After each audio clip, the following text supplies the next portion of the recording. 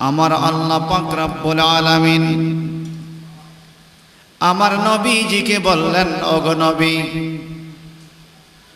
মদিনার শহর সোনার মদিনা হেফাজতের জন্য আপনি যে চেষ্টা করতেছেন শুরু করেন। সুবহানাল্লাহ। নবীজি আমার রওনা হয়ে গেলেন। নিজে কোদাল হাতে নিলেন, টুকরি হাতে নিলেন।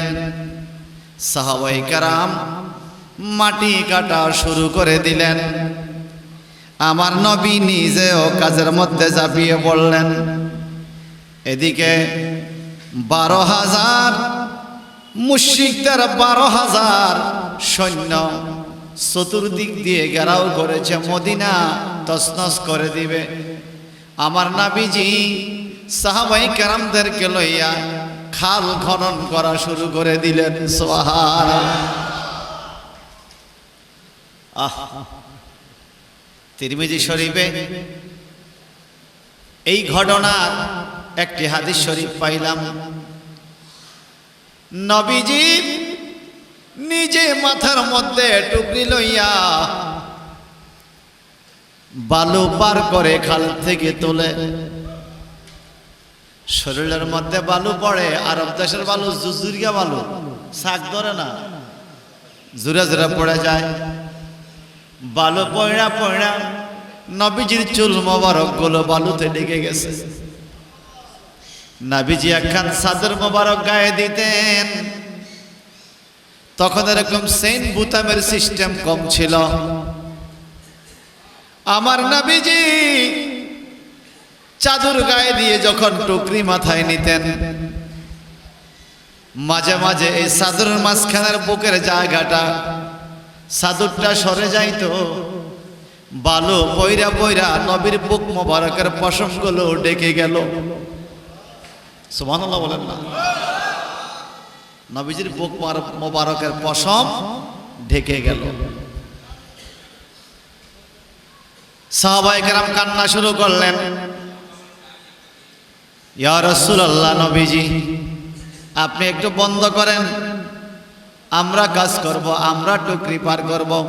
আপনি মসজিদের কাজ করেন, তাও টুকরি মাথায় নিয়ে মাটি পার করেন। খন্দকের যুদ্ধের মধ্যে আপনি কষ্ট করে যাচ্ছেন কেন? বলে আপনার বুকের মধ্যে যে পশম মোবারক, আমাদের বুকের পশমগুলো এলোমেলো, চিরুনি দিয়ে আঁচড়ালেও ঠিক হয় না, কিন্তু আমার নবীজির বুক মোবারকের পশমগুলো এত সুন্দর ছিল, কে যেন চিরুনি দিয়া তেল দিয়া আশ্রয়া সাজায়া রাখছে। এইভাবে বুক মোবারক পেটের দিকে এই সুন্দর একটা রেখা মোবারক ছিল। সাহাবায়ে কেরাম মায়া করে তাকাইয়া থাকতো। দেখতে খুব ডকের দেখা যায়।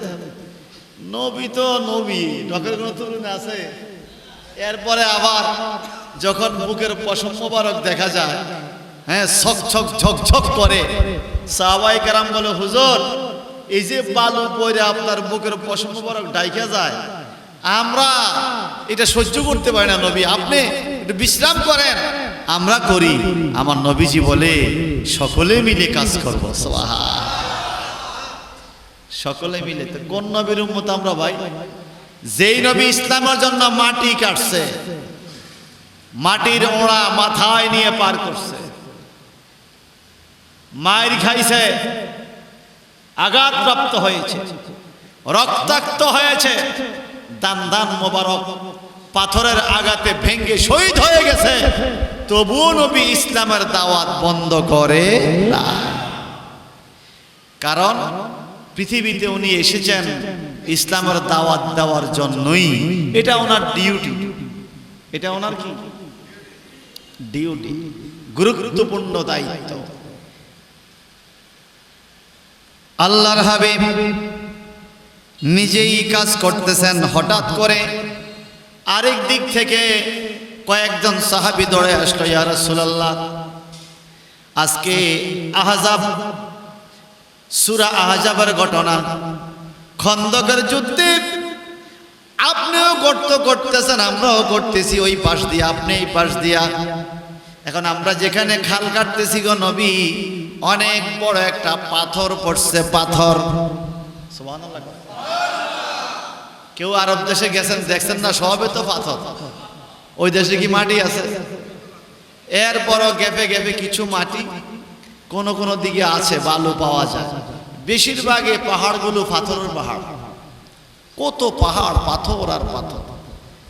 এখন এত বড় এক পাথর পড়ছে, খাল কাটতে যাইয়া এই পাথর কোনো কাটা সম্ভব হচ্ছে না। সাহাবায়ে কেরাম অনেক চেষ্টা করলো, দামি দামি অস্ত্র দিয়া, কোদাল দিয়া, কুড়াল দিয়া, না। আমার নবীজির কাছে আইসা বলে, ইয়া রাসূলুল্লাহ, এদিক দিয়ে পাথর যদি কাইটা খাল বানাইতে না পারে গো, তাহলে তো কাফেররা এদিক দিয়ে দুইকা আক্রমণ করতে পারবে। এটা রাস্তা, এইটাকে রাস্তা বানাইতে হলে পাথর কাটতে হবে, কিন্তু আমরা তো পাথর কাটতে পারি না, কোরালে কুদালে ধরে না, কুদালে কুড়ালে ধরে না, পাথর কাটা যায় না। আমার নবীজির কাছে আইসা যখন বলল, নবী বলে চলো। নবী আমার এই বিশাল বড় পাথরের কাছে গেলেন, যাইয়া নবীজির হাতের মধ্যে একটা লাঠি মোবারক থাকতো, এই লাঠি মোবারক দিয়া পাথরে আস্তে করে একটু আঘাত করলেন। আস্তে করে আঘাত করে এবার সাহাবীদেরকে বললেন, তোমরা এবার কাটো পাথর, দেখি পাথরে কি করে। যাও সাহাবায়ে কেরাম আগে যে অনেক জোরে কূপ দিত পাথর শক্ত বইলা, সেই শক্তি দিয়ে এখন আবার যখন কোদাল দিয়ে আঘাত করলো, কোদালের ডাঁট সহ ডাবিয়া গেল। মানে পাথরটা নবীজির লাঠির আঘাতে মাটির চাইতেও নরম হয়ে গেছে। এবার আপনারা বলেন, পাথরে নবীকে চিনি কি চিনে না? খন্দকের যুদ্ধে এই পাথর আমার নবীর মহব্বতে নরম হয়ে গেছে। নবীজি যখন রাস্তা দিয়ে হাঁটতেন, আমরা পাথরের উপরে হাঁটলে আমাদের পায়ে দাগ পড়ে, ঠোঁস পড়ে, হাঁটতে পারি না। আমার নবী যদি কোনো পাথরের উপর দিয়ে হাঁটতো, নবীজির মহব্বতে পাথর নরম হইয়া যাইত, নবীজির পা মোবারকের দাগ লাগা যাইত পাথরে। এখনো নবীজির পা মোবারকের দাগ লাগা পাথর আছে, আরব দেশে আছে। যেমন কাঁচা মাটির মধ্যে নরম মাটি দিয়ে হাঁটলে পায়ের দাগ পড়ে না, নবীজির জন্য শক্ত পাথর কাঁচা মাটির মতো নরম হয়ে যেত। বলেন, পাথররাও নবীকে চিনি কি চিনে না? শুধু আমাদের নবী না, অন্যান্য নবীদেরও এরকম মুজিজা ছিল। যেমন সূরা হাদিদ, হাদিদ একটা আছে সূরা, সূরা হাদিদ, কোরআন শরীফে একটা সূরা আছে। হাদিদ শব্দ অর্থ হলো লোহা। কি লোহা? শক্ত না নরম? শক্ত লোহা। দাউদ আলাইহিস সালাম 100 জন বিবি। দাউদ নবীর কত বিবি? 100। পরিবারের ছেলে মেয়ে নাতি পুতি অভাব নাই। বয়স বাইরে গেছে, এখন কোনো কাজ কাম করতে পারে না। উনি একটা লোহার পাহাড়ের উপরে উঠে আল্লাহর কাছে মুনাজাত দিছে, আল্লাহ আমি তো এখন কোনো কাজ কাম করতে পারি না, এই গোষ্ঠীরে আমি কি খাওয়াইতাম? আমার তো ছেলে মেয়ে নাতি পুতি 100 পরিবারের ঘর, 2 জন করে তো 200। আল্লাহ তুমি রিজিকের ব্যবস্থা করে দাও। আমার আল্লাহ বললেন, দাউদ নবী তোমার পায়ের নিচে যে লোহার পাহাড় আছে, এটা সহ সারা দুনিয়াতে যত লোহা আছে সব লোহাকে আমি হুকুম দিলাম, লোহাগুলো তোমার গোলাম হয়ে যাবে, তোমার জন্য দেওয়ানা হয়ে যাবে। অন্যান্য মানুষগুলো লোহা পোড়াইয়া নরম করে দাও কাশি বানাবে, কিন্তু তুমি লোহা পোড়াইতে হবে না, তুমি লোহা ধরলেই লোহা মাটির মতো গলে যাবে, তুমি দূরে দেখো। দাউদ আলাইহিস সালাম লোহা ধরলো, লোহা নরম। আমরা তো হাতুড়া দিয়া ফিরাইতে হয়, দাউদ নবী এই আঙ্গুল দিয়া টিফিয়া টিফিয়া তলোয়ার বানাইতো, কেসি বানাইতো, চাকু বানাইতো, বড় বানাইতো, যুদ্ধাস্ত্র বানাইতো, বানাইয়া এগুলো বাজারে বিক্রি কইরা সংসার চালাইতো। বলেন, নবীদের হাতের মধ্যে এরকম পাওয়ার দিয়েছে কে? তাহলে আমার নবীকে পাথরে চিনে? আবু জাহেল এক মুষ্টি পাথর হাতে লইয়া, ছোট ছোট পাথরের কণা, আয়েশাকে মোহাম্মদ তুমি নাকি নবী, না দেখা বলতে পারো অনেক কিছু, আমার হাতে কি আছে বলো। আমার নবীজি বলে তোমার হাতে কি আছে আমি বলবো না, আমি পারবো কিন্তু বলবো না, বরং আমি হুকুম দিচ্ছি। দেখো হুকুম দিচ্ছে, এই হাতের মুষ্টির পাথর জিকির কর। হাতের মুডের পাথর জিকির করা শুরু করছে। এক লোকের বুড়া মুরব্বী নাতি লইয়া হাঁটে, তো নাতি খুব কান্না করে, খাজুর দাও খাজুর দাও। না না খাজুর পাইব, এই টাইমে খাজুর নাই। তো নবীজির কাছে আসছে, খাজুর চা, বলো পাথর লো। পাথর এক মুষ্টি হাতে লইয়া খুলছে, খাজুর হয়ে গেছে। সুবহানাল্লাহ বলেন না। বলেন নবীজি কি এই মুজিজা দিছে কে? মনে রাখবেন, খন্দকের যুদ্ধের পাথর আমার নবীকে চিনে। যুদ্ধের ময়দানে, একটা যুদ্ধের ময়দানে 30,000 সাহাবী, 30,000 সৈনিক, আমার নবীজি সেনাপতি যুদ্ধের ময়দানে হাজির।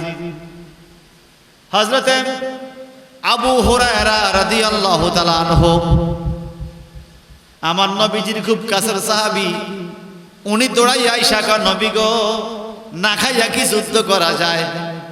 30,000 সাহাবী, পেটে কোনো খানা নাই, যুদ্ধ করবো কেমনে? সাহাবীরা সবাই খানা চায়, পানিও নাই খানাও নাই।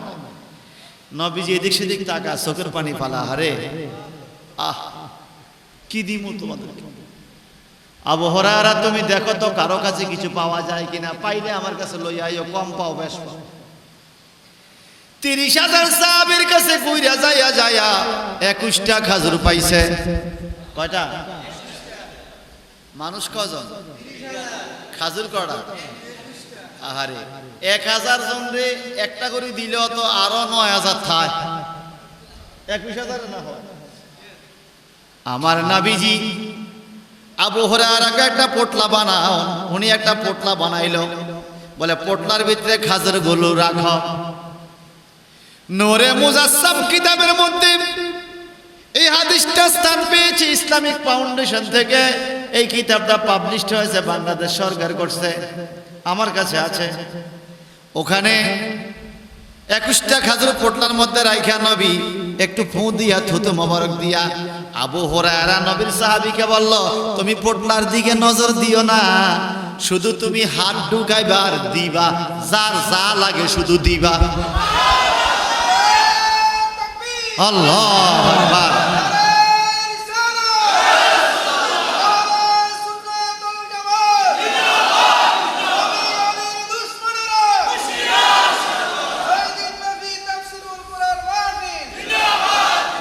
আচ্ছা ভাই, মনে করেন এই মসজিদে 100 লোক আছে, তা আপনি সভাপতি হিসাবে সেক্রেটারি কইছেন, ভাই ধরো 10 গা আপেল আছে, 100 জন লোকের ভাগ করে দাও।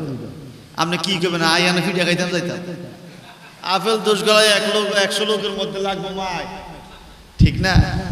কারণ আমরা তো বুঝি আমরা হাতের মধ্যে কোনো এত বরকত নাই, কিন্তু নবীর সাহাবী জানে নবীর থুতু মোবারকে কত বরকত।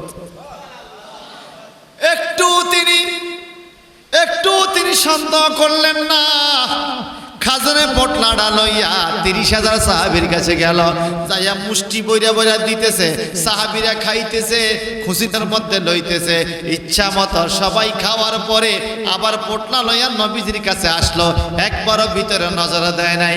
নবীজি বলে, সবাইকে দিছ? সাইয়েদানা হযরতে আবু হুরায়রা রাদিয়াল্লাহু তাআলা চোখের পানি ছেড়ে কান্দে, আনন্দে কান্দে, আমরা কোন নবীর উম্মত রে? 21টা খাজুর আমার গনা, 30,000 মানুষের মুঠ বইরা বইরা দিলাম, এখনো বোঝা যায় ভিতরে খাজুর আছে। নবীজি বলেন, তুমি খাইছো? বলে, হুজুর আমি তো খাই নাই। সবারে দিছ? হুজুর সবারই দিছি। খাদিমদারে আগে খাইলে হইব? আমিও দেশে তো খাদিমদারে আগে নিজে বুঝে, এরপরে পাবলিকে ভাগ আর না। আমি যখন রেলওয়ে চাকরি করতাম, আপনারা জানেন কিনা জানি না, আমি রেলে সরকারি চাকরি করছিলাম, রেল কোম্পানি। তো ওখানে বিএ পাস ছেলে একটা আমাদের অফিসের পিয়ন ছিল। তো প্রত্যেকদিন চা আনতো, নাস্তা আনতো। তো সে চাটা আইনায় আগে নিজের কাপটা ফুরাইয়া এটা টেবিলের নিচে রাইখা এরপরে আম করে ভাগ করে দিত। তো কইতাম, কি রে তুমি খাইছ? স্যার আমারটা তো আমি আগে ফুরিয়ে রাখছি। তো এইটা কি করলি তুই? স্যার আপনারা তো মানুষ আছেন 12-14 জন, তো সবাই যদি আগে দেয়, যদি আমার না থাকে, আমি আগে আমারটা ফুরে লইছি, অন কম হোক বেশ হোক আমরা ঘুরব। হ্যাঁ, তো আমগো দেশের মধ্যে এরকম কিছু খাদিমদার আছে দেখবেন, গৃহস্থে বিশ্বাস করে খাদিমদাররে দেয়, হ্যাঁ তো নিজের চোখ চাই খাদিমদার। হ্যাঁ, এদেরকে বলে নিমো খারাপ। কি বলে? আমানতের খেয়ানত করে। খাদিমদার মানে জিম্মাদার। আপনাকে জিম্মা দিছে এই ভদ্রলোক, আপনি বাতিজারে দিছেন স্বামী সুরাই, আর কোনো দিছেন কাজ করি। এটা তো সুন্দর না, এটা ঠিক না। ভাই সাহেব, আবু হুরায়রা রাদিয়াল্লাহু তাআলা খাদিমদার। তা কোন খাদেম? আমার নবীজির খাদেম। হুজুর আমি তো খাই নাই, তোমার ক্ষুধা আছে কিনা বলো। হুজুর ক্ষুধা তো আছে। বলে দেখো তো ভিতরে কয়টা আছে। এইবার তাকাও। আবু হুরায়রা রাদিয়াল্লাহু তাআলা ফোটনার ভিতরে নজর দিয়া গইন্না দেখে, রে এখনো 21টা খাজুরি আছে। নবীজি গো, প্রথমে 21টা খাজুর ছিল, এখনো তো খাজুর 21টা আছে। পাবলিক রে খাওয়াইলাম কি? আমার আল্লাহ রহমাতাল লিল আলামিনের থুথু মোবারকে এত বরকত আমি আল্লাহ দিছি। কোন নবীর উম্মত আমরা ভাই? হ্যাঁ, কোন দিকে যেদিকে আলোচনা করি রহমতের কোনো অভাব। আবু হুরায়রা ধরো তুমি এই খাজুরগুলো, এগুলো তুমি নিয়ে যাও। তো উনি কিছু খাইছে, কয়েকটা খাইয়া বাকি কিছু লগে রাখিয়ে দিছে বরকতের জন্য। কি বরকতটা কি? বাড়িতে নিব, বউ বাচ্চারে খাওয়াইব, এরকম আমরা বাইলে আনতাম না। তবারক হিসাবে বাড়িতে নিয়া, শোনেন, বাড়িতে নিয়ে আবু হুরায়রা এই পোটলাডারে ঝুলাইয়া রাখছে ঘরের মধ্যে। আমগো তো আগে শিক্ষার মধ্যে ফাতিল রাখতো নি, শিক্ষা আপনাদের মনে নাই? মনে হয় এখন তো এখনকার বাচ্চা তো শিক্ষা বুঝে না। এই ছোট শিক্ষা, বড় শিক্ষা, ছোট পাতিল বড় পাতিল মালা বিভিন্ন ঝুলে রাখতে, এটা সুবিধা বিড়াল থেকে বাঁচার জন্য। এরকম ঝুলাইয়া রাখছে খাজুরের পোটলাটা। ভাই খাজুরের পোটলাটা ঝুলাইয়া রাখছে আবু হুরায়রা ঘরে নিয়া। এটার থেকে বাইর করতেছে, খাইতেছে ঘরের সবাই। আবু হুরায়রা বলেন, যেদিন আমি পোটলা ঝুলাইছি এরপরের থেকে কোনোদিন আমি খাজুর কিনা লাগে নাই, ঘরের সবাই খাইছে। এরপর এরকম কত বছর? হযরত আবু হুরায়রা ইন্তেকাল করছে 59 হিজরিতে। আমার নবীজির এই ঘটনা হইল নবীজির ইন্তেকালের আগে। ঘটনাটা হইল পঞ্চম কি 6 হিজরিতে। 6 হিজরিতে যদি হয় 59 হিজরিতে ইন্তেকাল, মানে 50-53 বছর। 53 বছর পর্যন্ত আবু হুরায়রার পরিবার এই ফুটপাত থেকে খানা খাইছে, অভাব পড়ে না। একদিন একজনে জিজ্ঞাসা, আবু হুরায়রা তুমি কত মন খাইছো হিসাব রাখছো কিনা? বলে কত মন খাইছি এটা হিসাব রাখি নাই, তবে ফকির মিসকিন রে কত দিছি এটা হিসাব রাখছি। বলে কত? বলে ফকির এলে তো ভিক্ষাও দেওয়ান লাগে। আমি এই 50-53 বছরে নবীজির থুতু মোবারক লাগা খাজুরের পোটলা থেকে 800 মন খাজুর শুধু মানুষের মধ্যে দান করছি। আল্লাহ আল্লাহ আল্লাহ, কোন নবীর উম্মত আপনারা ভাই? সুবহানাল্লাহ সুবহানাল্লাহ। সেই নবীকে নিয়ে আমার দেশে কত রকম তুচ্ছ তাচ্ছিল্য মানুষের। গতকাল একটা ভিডিও দেখলাম বাংলাদেশে তথাকথিত মুফাসসর, মুফাসসর না মুফাসসর, মুফাসসর আর মুফাসসর বেশ কম আছে। সে ওয়াজ করছে নবীজির প্রথম স্ত্রী হযরত খাদিজা রাদিয়াল্লাহু তাআলা আনহা নাকি জীবনে এক ওয়াক্ত নামাজও পড়ে নাই। কেরম লাগে, এটা কেমনে কইল সেই কথা? হায় হায়, নবীজি নিজে খাদিজাকে নামাজ শিখাইছে। মা খাদিজা আমার নবীর সাথে বিভিন্ন রাওয়ায়াতে আছে, কখনো 4 রাকাত নামাজ পড়তো, 3 রাকাত পড়তো, 5 রাকাত পড়তো, নবীজির সাথে নামাজ আদায় করতো। যেই খাদিজা জান্নাতি মহিলাদের সরদারিনী মা ফাতেমা, যার গর্ভ থেকে দুনিয়াতে আসছে, যিনি ইমাম হাসান হোসেনের নানি, আমার নবীজির প্রথম স্ত্রী খাদিজাতুল কুবরা রাদিয়াল্লাহু তাআলা আনহা, যিনি জান্নাতুল মুআল্লায় রয়েছেন, আমার নবী যার জন্য নিজের গায়ের জামা মোবারক দিয়ে কাফন বানাইছে, যাকে দাফন করে মুনকির নকিরের সাথে কথা বলার জন্য মা খাদিজার রওজার সামনে নবী অপেক্ষা করছে। মুনকির নকিরের সাথে কথা বলবে, খাদিজার সাথে যেন ভালো আচরণ করে। এই জন্য মা খাদিজার মাকে রওজা পাকে দিয়া কবরের পাশে দাঁড়ায় রয়েছে। জিব্রাইল আমিন আয়েশা হুজুর বাড়ি যাইতেন না, খাদিজার জন্য আমার বড় মায়া লাগে, আমি মুনকির নকির আসা না একটু কথা বলতাম।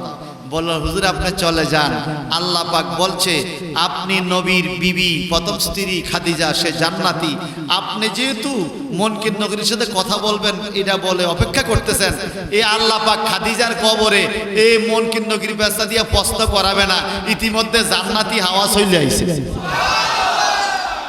সেই খাদিজার কবর জান্নাতুল মুআল্লায়, একটা কবরের উপরে কোনো গাছ নাই। মা খাদিজার রওজা পাকের উপরে এখনো খাজুর গাছ আছে, ইয়া বড়ই গাছ, বড়ই গাছ, একটা বড়ই গাছ এখনো মা খাদিজার রওজা পাকের উপরে আছে। এবং অনেকেই বলতেছে এই খাজুর গাছ, বড়ই গাছটা তখনকার থেকে, এটা মরে না, এটা কেটে দিলে আবার শ্যাম হয়, কেটে দিলে আবার শ্যাম হয়। অর্থাৎ মা খাদিজার রওজা পাকটাকে চিহ্নিত করে রাখছে এইটা মা খাদিজার রওজা। এখন বাংলাদেশে যেই মৌলবী, তথাকথিত মৌলবী, এই কথা বলতে পারছে যে মা খাদিজা জীবনে এক ওয়াক্ত নামাজ পড়ে নাই, এটার কি আর ঈমান আছে? আরে গীবতের ওয়াজ কালকে না করলাম, গীবত গাওয়া যায় না। তুমি কেমনে মা খাদিজার নামে এই গীবতটা গাইলে? সাধারণ লোকের নামে গাইলে তো গাইছে কার নামে? মা খাদিজা। আল্লাহ তুই এসব পাটপার হাত থেকে দিন ইসলামকে হেফাজত করো। যাও ভাইয়েরা, খন্দকের যুদ্ধে আল্লাহ যে বলল ওয়াসকুরু নিয়ামাতাল্লাহি আলাইকুম, তোমাদের উপর আল্লাহ পাক নিয়ামত দিয়েছে, খেয়াল করো। বিশাল বড় পাথর পড়ছে, কাটতে পারো নাই, আমার নবীজির হাতের বরকতে পাথরটাকে নরম কইরা দিছি। আপনারা জানেন কিনা হয়তো শুনছেন, আমাদের নারায়ণগঞ্জ বন্দরে, বন্দর থানায় একটা দরগা আছে, কদম রসুল, কদম রসুল মাজার, নারায়ণগঞ্জ বন্দর। কদম রসুল মাজারের ইতিহাস পড়ে পাইলাম এটা আসলে বাংলাদেশের নবাবরা যখন দেশ চালাইত, এর আগে থেকেই এই দেশে ইসলাম ধর্ম আসছে। প্রথম বাংলাদেশে ইসলাম প্রবেশ করছে ইখতিয়ারউদ্দিন মোহাম্মদ বিন বাখতিয়ার খালজির আমলে। এটা ইতিহাসের মধ্যে আমরা পড়ছি, ইখতিয়ারউদ্দিন মোহাম্মদ বিন বাখতিয়ার খালজি, ওনার আমলে নৌপথে, নদী পথে আরব দেশের বণিক ব্যবসায়ীরা এই ঢাকাতে আসছে ব্যবসা করার জন্য। তো মুসলমান ব্যবসায়ীরা আসছে, এই কথাবার্তা বলতে বলতে আস্তে আস্তে ইসলামের দিকে মানুষ আসা শুরু করছে। তো ওনারা ব্যবসা করে এই বন্দরে, নারায়ণগঞ্জ বন্দরে নৌকা দিয়া বাদশাহ যাচ্ছে, দেখতেছে কিছু মানুষ পাহাড়ের উপরে রান্না করতেছে, বুঝছি এরা ব্যবসায়ী মানুষ, এখানে তাবু করছে রান্না করে, কিন্তু কি জানি একটা মাথায় নিয়ে একজনে দাঁড়াই আছে, আরেকজনে আবার কতক্ষণ নিয়ে মাথায় রাখে, আবার রাখে, একজনে ঘুমায় আরেকজনে, অর্থাৎ কি জানি একটা জিনিস মাথায়, এটাকে মাটিতে রাখে না, শুধু মাথায় রাখতেছে। সুবহানাল্লাহ। এইবার বাদশাহ পাঠালো খবর লো তো এরা কি মাথায় নিয়ে দাঁড়ায় থাকে, মাটিতে রাখা না একের পরে এক। যাইয়া দেখে একখান পাথর মোবারক, এটা কি? তখন ওই আরব দেশের ব্যবসায়ীরা বলল এটা মদিনা শরীফ থেকে আনা নবীজির কদম মোবারক লাগা একটা পাথর। তাকাইয়া দেখে নবীজির আঙ্গুল মোবারকের চাপ ওই পাথরে। বলে এটা কেন তোমরা মাথায় নিয়ে রাখতেছ? বলে নবীজির কদম মোবারক লাগা পাথর, এটা আমাদের ব্যবসায়িক বড় সালান, বরকতের সালান। নবীজির কদম লাগা পাথর আমরা মাটিতে রাখি না, সম্মান করে একের পরে এক মাথায় নিয়ে দাঁড়ায়া থাকি। তখন বাদশাহ বলল তোমরা মাথা নিয়ে দাঁড়িয়ে থাকবা, আমি একটা ব্যবস্থা করে দিই। বলে কি করবেন? বলে তোমাদের মাথা বরাবর এরকম উঁচু করে দামি কাঠ দিয়ে একটা টেবিল বানায় দিই, ওটার উপরে রাখো, তাহলে তো ভালো হয়। তখন উনি এই পাথরের উপরে একটা টেবিল বানায় দিল, টেবিলের উপরে সেই পাথর মোবারক রাখলো পাহাড়ের উপরে। এই পাথরকে ঘিরে সেখানে সাবরা হলো, গড় হলো, মানুষ আসা শুরু করলো, জায়গার নাম হয়ে গেল কদম রসুল। এখনো নবীজির কদম মোবারকের চাপ লাগা ওই পাথরখানা নারায়ণগঞ্জ কদম রসুল মাজারে আছে। কেউ গেছেন কিনা জানি না, আল্লাহ পাক আমাকে ওখানে বহুবার নিয়েছে। মাহফিলে গেল, জিয়ারত করি, কদম রসুল দরগার সামনে মাহফিলও করে আসছি। আমাদের হাজীগঞ্জ ডেররা ইমাম রাব্বানী দরবার শরীফের পীর সাহেব আবশ্যা আল মাদানী, সৈয়দ বাহাদুর শাহ হুজুরের অনেক মুরিদ আছে ওই এলাকায়, হাজার হাজার। তো ওখানে আমি প্রথম যখন গেলাম, খাদেম সাহেব সবাইকে পাথরটা দেখায় না। তা আমি উঠলাম পাহাড়ের উপরে, তো আমি প্রথম যখন গেলাম দাঁড়াই আছি। কি বললাম? কদম রসুল, রসুলের কদম লাগা পাথরটা। তো খাদেম সাহেব ভিতর থেকে, পতার ভিতর থেকে আয়না পাথরটা দিল, আমি বুকের মধ্যে জড়াইয়া ধরলাম। পাথর রে, তোমার ভাগ্য কত ভালো, তোমার ভাগ্য কত ভালো, তোমার উপরে আমার নবীজির কদম মোবারক লাগছে। হযরত ওমর রাদিয়াল্লাহু তাআলা, ওমর ফারুক যখন হাজরে আসাদ পাথরে চুমা দেয় কাবার আঙ্গিনায়, উনি কা পাথর রে, তোর মতো বহু পাথর পাহাড়ে পর্বতে আছে, আমি তোর চুমা দিতাম না। আমি চুমা দিতেছি শুধুমাত্র এই জন্য, আমি দেখছি নবীজি তোমারে চুমু দিছে। কদম মোবারক লাগাতে পাথর নরম হয়ে গেছে, প্রমাণ আছে কিনা? কিতাবেও আছে, প্রমাণ দেখলে একদিন যা দেখে আইসেন নারায়ণগঞ্জ কদম রসুল, যা বলবেন আল্লাহ মদিনা যাইতে পারলাম না, তোমার নবীজির কদম লাগা পাথরের কাছে যাইতে পারছি। ভাই সাহেবরে, নবীজি আমার এইভাবে যখন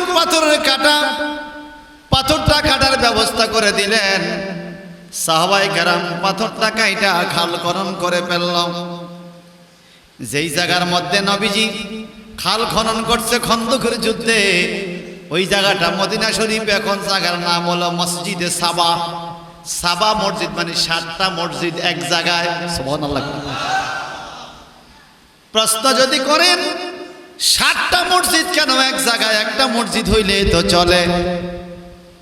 আমার দেশে কত রঙের ফতুয়া, ওখানে 7টা মসজিদ এক জায়গায়। কারণ আবু বকর সিদ্দিক রাদিয়াল্লাহু তাআলা যেই জায়গা দাঁড়াইয়া ওই দিন নামাজ পড়ছে, মহব্বত করে ওই জায়গাটা মসজিদ বানায় ফেলছে।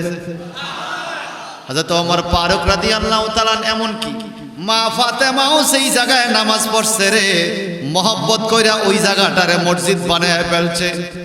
হে আমার ভাইয়েরা, আল্লাহ পাক রব্বুল ইজ্জাত আল্লাহর নবীকে নবীর সাহাবীদেরকে এত পছন্দ করে, এত ভালোবাসে।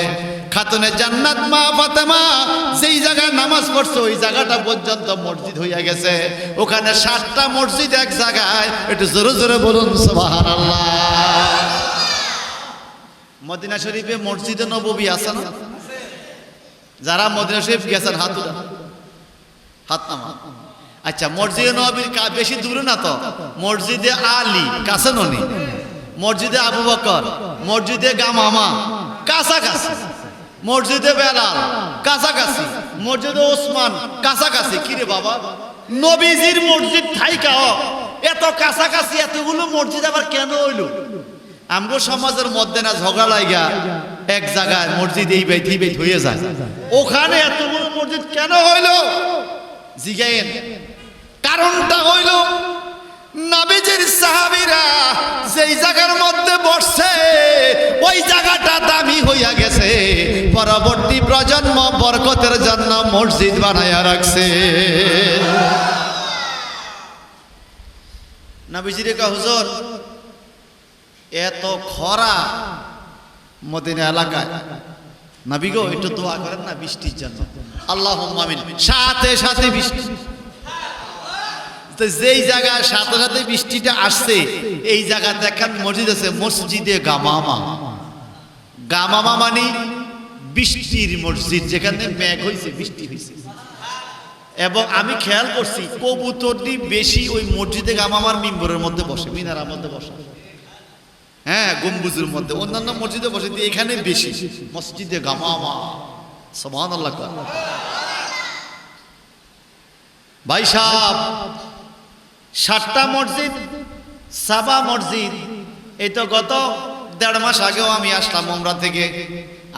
আমার সাথে যারা গিয়েছে আমি ঘুরা ঘুরা সব দেখাইছি এবং ইতিহাসটা উপস্থাপন করছি, এটা কেন, এটা কেন, ওটা কেন। মসজিদে গামামাকে গামামা কেন বলে? বাড়ি ছিল ফাতেমার বাড়ি, এটাকে মসজিদে আলী কেন বলে? মসজিদে আবু বকর কেন বলে? মসজিদে ওমর কেন বলে? মসজিদে বেলালের বরকত কি? মসজিদে নববীর বরকত কি? রিয়াজুল জান্নাহ কি? এখানে কি করতে হবে? নবীজির উস্তুনায়ে হামনামা কি? ওখানে কি করতে হবে? নবীজির মিম্বর মোবারকে কি করতে হবে? নবীজি কোথায় খুতবা দিতেন? হযরত বেলাল কোন জায়গায় আযান দিতেন? জিবরাইল ফেরেশতা কোন দিক দিয়ে নবীর কাছে আসতেন? নবীজির বিবিদের ঘর কোথায় ছিল? নবীজির খাজুরের বাগান কোথায় এখনো আছে? হাসান হোসেন কোন জায়গায় খেলা করত? সব যখন বিস্তারিত বুঝাইয়া বলা হয় তখন হাজী সাহেবদের অন্তরে নবীর প্রেম জাগ্রত হয়। আর আমাদের দেশের কিছু মানুষ বাংলাদেশে থাকতে নবীর প্রেমিক থাকে, সৌদি আরব এমন কিছু লোকের সাথে হজে যায়, এখান থেকে আইয়া পরে উল্টা কয়, আছে না? আইসা উল্টা কয় এইটা নাই সেটা নাই, এই দেশে মাজার নাই, একটা মাজার দেখলাম না। আমগো দেশে কেল মাজার বলে কিনা, বলে কিনা? আচ্ছা আপনাদেরকে আমি বলি, গত 15 বছর একটা সরকার বাংলাদেশ চালাইছে, ওই সময় কথা চলছে কার? যে চালাইছে ওনার, অন্য পার্টির কথা চলছে। সত্য কইলেও এটা গ্রহণ করা হবে না, যেহেতু বিরোধী ভাই। এখন আবার যে দেশ চালায়, এখন কথা তা অন্য কথা কি চলে বলেন না? তা আপনি সৌদি আরব থেকে আইসা যদি বলেন সৌদি আরব মাজার নাই, আমি বলবো ভাই আপনার বিবেকটা একটু খোলেন। সৌদি আরব তো, সৌদি আরবের নামে তো সৌদি আরব ছিল না। যা লেখাপড়া করছেন, সৌদি আরবের নাম হয়েছে 130 বছর আগে সৌদি আরব। এর আগে সৌদি আরবের নাম ছিল মুলকে আরব, জাজিরাতুল আরব, মুলকে আরব নাম ছিল সৌদি আরব। সৌদি আরব নাম হয়েছে 130-40 বছর আগে। এর আগে নাম ছিল মুলকে আরব। তবে হ্যাঁ, সৌদি আরবের আমলে মাজার নাই, এর আগে 1350 বছর পর্যন্ত ছিল। সেই চিহ্নগুলো এখনো আছে, এতটুকু এতটুকু দেখবেন ওয়াল দেওয়া আছে। গম্বুজ ছিল, এগুলো ভেঙে ফেলেছে। কে ভাঙছে? বিরোধী সরকার, বিরোধী সরকার।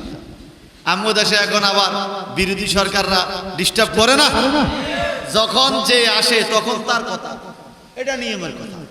সৌদি আরব বিগত 130 বছর ধরে পরিচালনা করছে মোহাম্মদ ইবনে আব্দুল ওহাব নজদির অনুসারীরা। ইতিহাস না জানলে তো আপনি উল্টাপাল্টা বকবেন। মোহাম্মদ ইবনে আব্দুল ওহাব নজদির অনুসারী যারা, তারা এখন সৌদি আরব চালায়। তো তাদের আকীদা কি? মোহাম্মদ ইবনে আব্দুল ওহাব নজদি কে? আমার নবী দোয়া করে, আল্লাহ ইয়ামিন দেশে বরকত দাও, শাম দেশে বরকত দাও, মুনাজাত। ওয়াকালু ফি নাজদানা, সাহাবায়ে কেরাম কে নবী আমগো নজদের জন্য একটু দোয়া করেন, নজদে একটু বরকত দোয়া করেন। আমার নবী দোয়া করে নাই, দোয়া করে নাই। 2 বার 3 বার বলছে হুজুর একটু দোয়া করেন, না, নবী দোয়া করেন নাই। যখন মুনাজাত শেষ হলো, এবার নজদের সাহাবীরা বলে, হুজুর আমগো দোষ কি? আপনি ইয়ামিনের জন্য বরকতের দোয়া করলেন, নবীজি ইয়ামিন দেশের জন্য বরকত দোয়া করাতে আল্লাহ পাক এমন বরকত দিছে। ইয়ামিন দেশে আল্লাহওয়ালা বেশি, আল্লাহর ওলি বেশি। ইয়ামিন দেশের মানুষ ইসলাম প্রচার বেশি করছে, যেমন শাহজালাল ইয়ামিনী, শাহপরান ইয়ামিনী। ইয়ামিন দেশ থেকে আমগো দেশে এসে ইসলাম প্রচার করছে নবীর দোয়ায়। এরপরে বলে আল্লাহ শাম দেশে বরকত দাও। শাম দেশ হলো বর্তমান সিরিয়া, শাম দেশে কুতুব বেশি, নবীর দোয়া। কিন্তু নজদের জন্য নবী দোয়া করে, এই হাদিসটা মিশকাত শরীফে আছে। হুজুর আমগো দোষ কি? আমার নবী বলে, আমি কি এমন জায়গার জন্য দোয়া করব যেই জায়গা থেকে শয়তানের শিং উদয় হবে, শয়তানের শিং বাইর হবে, আমার ধর্মকে চন্ন চন্ন করে দিবে, টুকরা টুকরা করে দিবে, আমার বিরুদ্ধে লোক দাঁড়াবে। আমি কি ওখানের জন্য দোয়া করব? নজদের জন্য নবী দোয়া করে নাই। এখন কি হলো দেখেন, ওখানে একজন লোক ছিল আব্দুল ওহাব নজদি, তার একটা ছেলে হয়েছে, নাম রাখছে মোহাম্মদ। কি নাম? ওই লোকের নাম হলো মোহাম্মদ ইবনে আব্দুল ওহাব নজদি। এই মোহাম্মদ ইবনে আব্দুল ওহাব নজদি লেখাপড়া কইরা ইহুদি খ্রিস্টানদের ফামে পইরা, ইহুদি খ্রিস্টানদের টাকা খাইয়া আলেম হইছে, কিন্তু ইহুদি খ্রিস্টানদের লগে হাত রাখছে। যেমন আমগো দেশে বাংলার শেষ নবাব সিরাজউদ্দৌলার সাথে মির্জাফরি করছে। কথা কয়, সিরাজউদ্দৌলার সাথে বেঈমানি কইরা, ব্রিটিশদের সাথে আনাআনি কইরা মির্জাফরি করছে না? এরকম মির্জাফরি কইরা মোহাম্মদ ইবনে আব্দুল ওহাব নজদি এলেম শিখা মুসলমানদের মধ্যে ফিতনা ছড়ানোর জন্য একটা কিতাব লেখছে। ওই কিতাবের নাম হলো কিতাবুত তাওহীদ। কি? আমগো দেশে এখন দেখবেন নারা রিসালাত বলে না, প্রিয় তাওহীদি জনতা বলে কি না? তাওহীদ তো লাগবে, তাওহীদ মানে একত্ববাদ, আল্লাহ এক, এটা আমরা মানবো, কিন্তু রিসালাত না মানলে তো তাওহীদ হবে। এখন এই মোহাম্মদ ইবনে আব্দুল ওহাব নজদি কিতাবুত তাওহীদ লেখা, কিভাবে নবীর থেকে মানুষ দূর করে। কয় শোনা, এরম নবী নবী করো না, মোহাম্মদ আখিরি নবী, কি পাওয়ার আছে? তো মরিয়া মাটির লোকে মিশে গেছে। তোমরা আমার কথা শোনো। বলে কি? বলে আমার হাতের মধ্যে যে লাঠি আছে, এই লাঠিটা আমারে সাপোর্ট দেয়, আমি বর দিয়ে হাঁটতে পারি, আমার উপকার করে। আমার লাঠিটা যে উপকার আমাকে তোমাকে করবে, মুহাম্মদ উম্মতের এত উপকার করতে পারবে না। নবীজি দোয়া করা নাই নজদের জন্য, ওখান থেকে শয়তানের শিং বাইর হবে, আমার বিরোধিতা করবে। শিংটা কি বাইর হইছিনি? বলেন না। এই 130 বছর আগে কিতাবুত তাওহীদ, এটা লেখা মানুষের তৌহিদের নামে ফ্রি ফ্রি। এখনো সৌদি আরব মানুষে গেলে এই কিতাব ফ্রি দেয়, টাকা লাগে না। কি ভারী ফাতা, দামি ফাতা, কিন্তু আপনারা ফ্রি দিচ্ছে। মনে রাখবেন, বেশি ফ্রি জিনিস ভালো না, ফ্রি জিনিস বেশি ভালো না। যেটার ডেট চলে যায়, মনে করেন সাবানের ডেট নাই, এখন ওই বালতির লগে সাবান একটা ফ্রি, লুডুজুর লগে বালতি একটা ফ্রি, হারপিক কিনলে ব্রাশ একটা ফ্রি। কেন? আর এটা ফ্রি না, এটার মধ্যে কোম্পানির ব্যবসা আছে। বলেন না। এই কাফের সাথে টিস্যু ফ্রি, এটা কি ফ্রি? মানে আপনারে একটার লাগা দুইটা বেচল, কোনোটাই ফ্রি না। আপনারা বুঝাইছে আর কি ফ্রি, আসলে ফ্রি না। এটার টাকা এটার ভিতরে ঢুকাইছে, কথা বুঝেন না? এই কাপের ভিতরে টিস্যুর টাকা ঢুকাইয়া টিস্যু লাগছে ফ্রি। এক কথা, সে দুইটা মাল বিক্রি করতেছে। এটা হলো ব্যবসায়ীদের কৌশল। ফ্রি বই দিয়ে দিছে। ওই মোহাম্মদ ইবনে আব্দুল্লাহ মসজিদ অনুসারীরা যুদ্ধ বিগ্রহ কইরা নবী প্রেমিকদেরকে ঠগাইয়া মসনদে আসছে, ক্ষমতা আসছে। প্রথম আইসায় তারা তৌহিদের নাম দিয়া বলতেছে মানুষ কেন মাজারে যাবে, কেন জিয়ারত করবে, সব ভেঙে ফেল। বোল্ডেজার মেশিন দিয়া সব মাজার ভেঙে দিছে। কিরে বাবা, এই যে নবীজির যুগ থেকে 1300-1350 বছর পর্যন্ত সাহাবীদের মাজার, মাযহাব তরিকতের ইমামদের মাজার, মুহাদ্দিসদের মাজার, মুফাসসিরদের মাজার ছিল। 1300 বছর ধইরা এত বড় বড় আলেম ওলামা গেল, কেউ নামাজ তারাও পড়ে, এরাও পড়ে। 22,000 ছিল এজিদের পক্ষে, হুসাইনের পক্ষে 72 কি 78 জন। এজিদের মাথায়ও পাগড়ি ছিল, হুসাইনের মাথায়ও পাগড়ি ছিল। এজিদ বাহিনী আজান দিয়েছে, নামাজ পড়ছে। হুসাইনি বাহিনী আজান দিয়েছে, নামাজ পড়ছে। এজিদের পক্ষে লোক বেশি ছিল, হুসাইনের পক্ষে লোক কম ছিল। তবুও ইমাম হুসাইনি হকে ছিল। নাকি আপনি বলবেন এজিদ হকে ছিল? এ কথা বলতে পারবেন? তারপরেও ভাই কি কইতাম, দুঃখের কথা, আমাদের দেশে কিছু কিছু হুজুর ইদানিং বলতেছে এজিদ রহমতুল্লাহ আলাইহি, হযরত এজিদ। আয় হায় হায়, আরে সারা জীবন হল্লাম এজিদা কইতে মাসি, এজিদা সীমা ঠিক নি। এখন কয় হযরত এজিদ গেলে হযরত। এরপরে আবার কি কয় শোনেন না, কয় 100 রাকাত নামাজ পড়তে এজিদে ডেইলি, এরকম।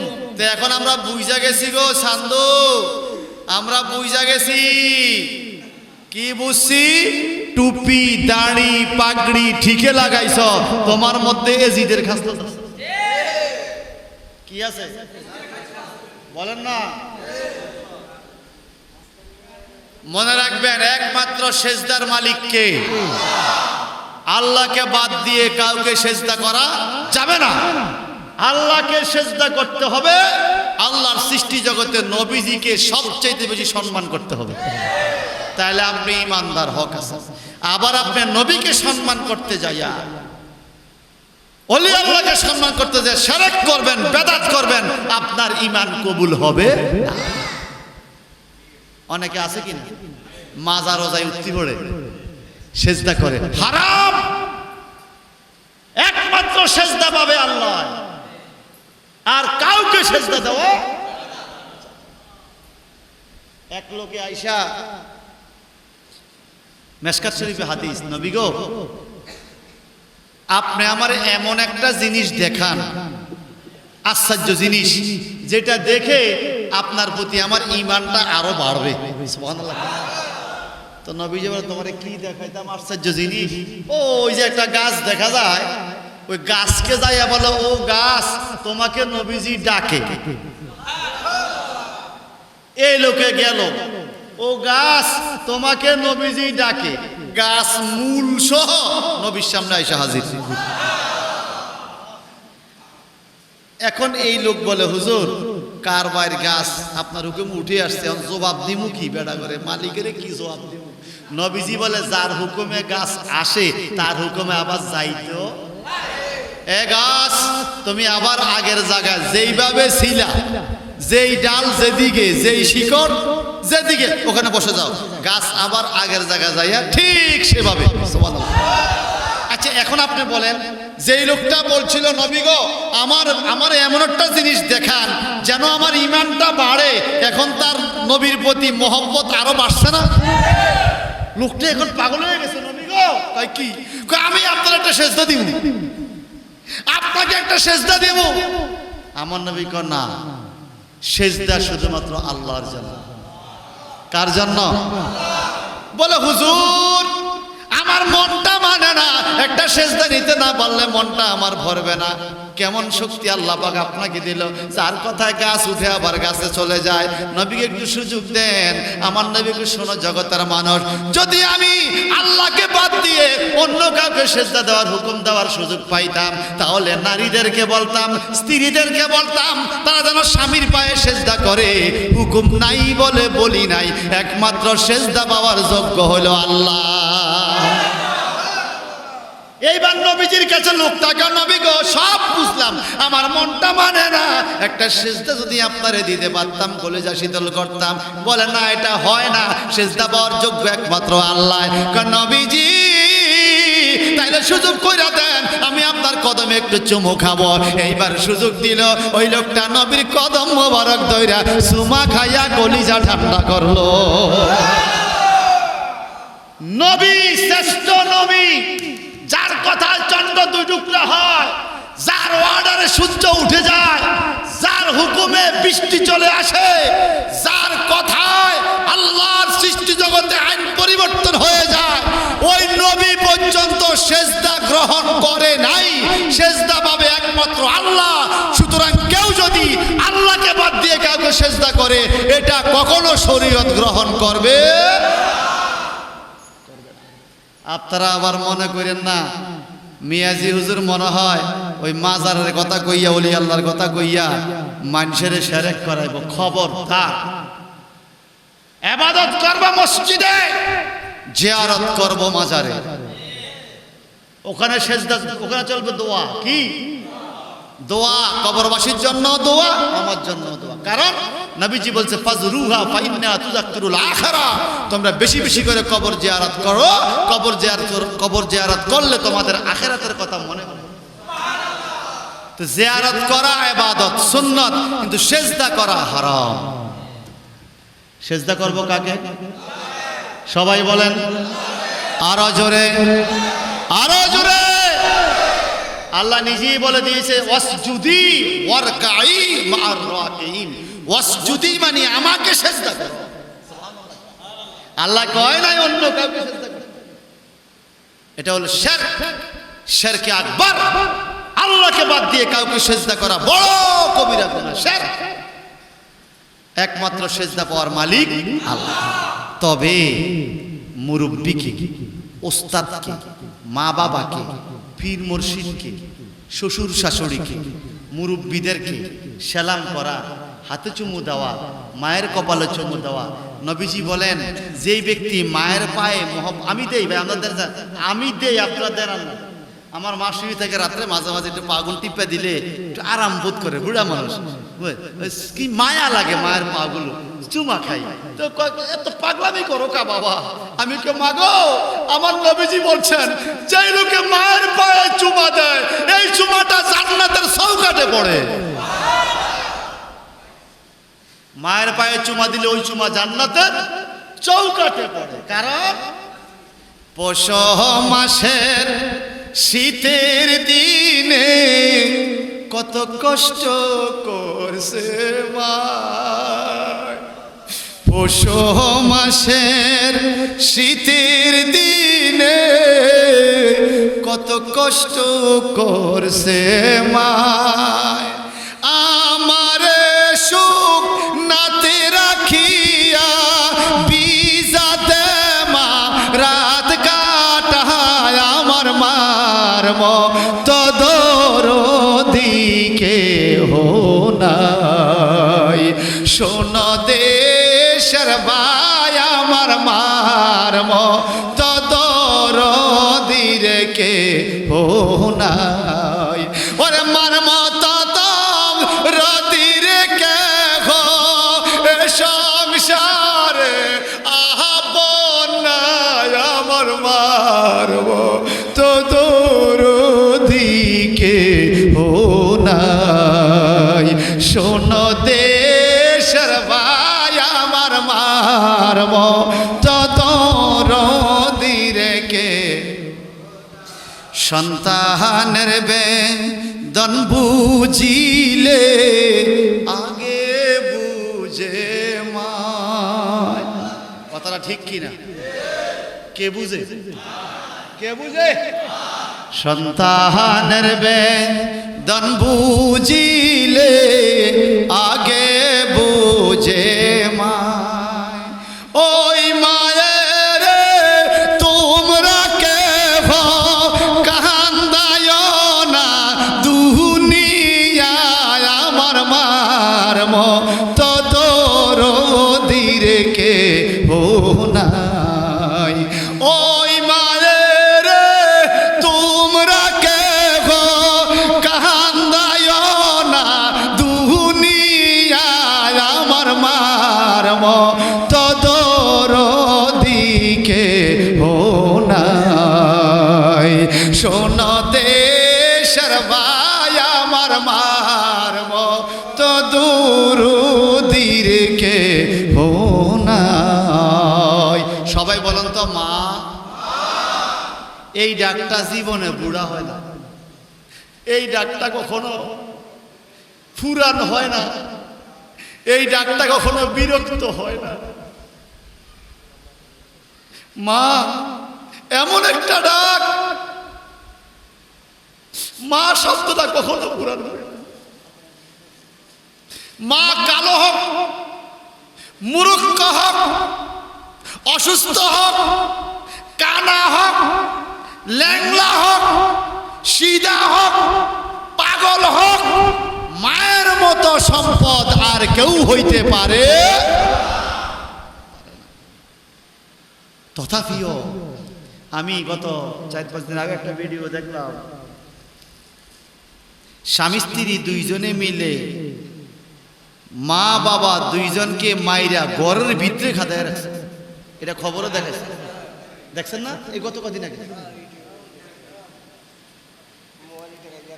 নিজের ছেলে বউরে সাথে লইয়া নিজের মা বাবাকে মাইরা ঘরের ভিতরে খাদায় রাখছে।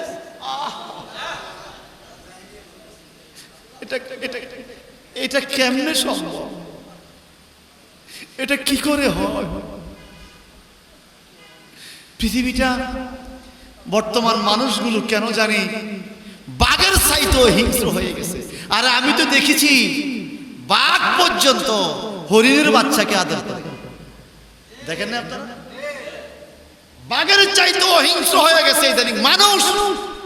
মনে রাখবেন, মা বাবার মনে যারা কষ্ট দিবে, মক্কা মদিনার ইমাম হইলেও কাজ হবে না, কাজ হবে না। মায়ের মনে কষ্ট দিলে ওই কষ্ট আল্লাহর অন্তরে লাগে, ঠিক কি না? আল্লাহ তুমি আমাদের মা বাপ যারা চলে গেছে এদেরকে কবুল করো। আসন বাজান, যে কথা বলতেছিলাম, নবীজি নিজে ওই জায়গার মধ্যে খাল খনন করতে যায় কাজ করলেন। খন্দকের যুদ্ধে সাহাবায়ে কেরামও কাজ করলেন।